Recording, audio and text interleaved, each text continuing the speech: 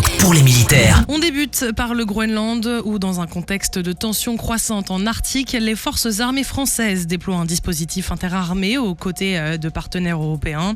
Objectif, participer à un exercice proposé par le Danemark pour renforcer l'interopérabilité en partageant notamment les savoir-faire propres aux opérations en milieu arctique. En Roumanie, l'exercice Eagle Fury a réuni la semaine dernière des forces belges, espagnoles, françaises et luxembourgeoises sur le camp de Cincu. Au programme de cet exercice, tir de blindés et d'artillerie avec des canons César, des chars Leclerc et des VBCI. Objectif, renforcer la coordination, la synchronisation et l'interopérabilité en contexte multinational. Un entraînement clé pour la préparation des forces de l'OTAN sur le flanc Est et une démonstration de leur puissance de feu collective. En Estonie, une soixantaine de militaires français du sous-groupement tactique interarmes se sont entraînés avec la Ligue de défense estonienne à Haapsalu. Pour cet entraînement avec les forces de réservistes, les participants ont réalisé principalement du combat débarqué et en tranchée, du franchissement d'obstacles.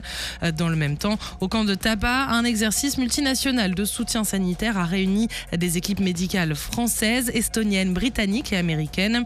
Une bonne façon de maintenir au sein de l'OTAN la compétence de la prise en charge de blessés en situation de crise majeure avec des moyens d'évacuation multinationaux.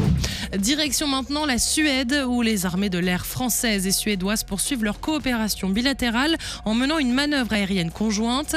En mutualisant les capacités de détection, de coordination et d'interception, les deux pays renforcent la surveillance du ciel aux frontières. La France met ainsi en œuvre le concept Agile Combat Employment basé sur des dispositifs réactifs, flexibles, tout en offrant un dispositif efficace, plus rapide, plus mobile et une capacité à se déployer et se redéployer partout en Europe. Et ce n'est que le début. Ces entraînements vont se poursuivre tout au long de l'année 2026. En Pologne, pour renforcer les capacités opérationnelles ukrainiennes, 8 formations sont actuellement dispensées par des soldats français. Elles visent les domaines de l'infanterie, du génie, mais aussi de l'encadrement de troupes, du combat au corps à corps et même de la maintenance des véhicules de l'avant blindé.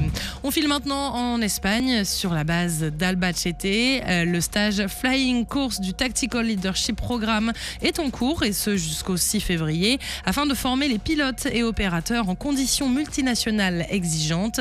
La France est bien présente avec 9 Rafales, un avion de transport A400M et un avion de renseignement et de commandement AVAX et un hélicoptère Caracal.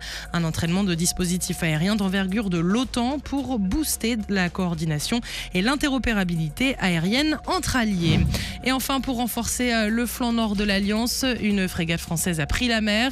Une mission de patrouille stratégique en Atlantique Nord qui permet également d'apporter une participation à la vision autonome française de la situation dans une zone ultra sensible. Sur terre, sur mer, comme dans les airs. Skyrock PLM, en équipe avec Uneo, la mutuelle des forces armées.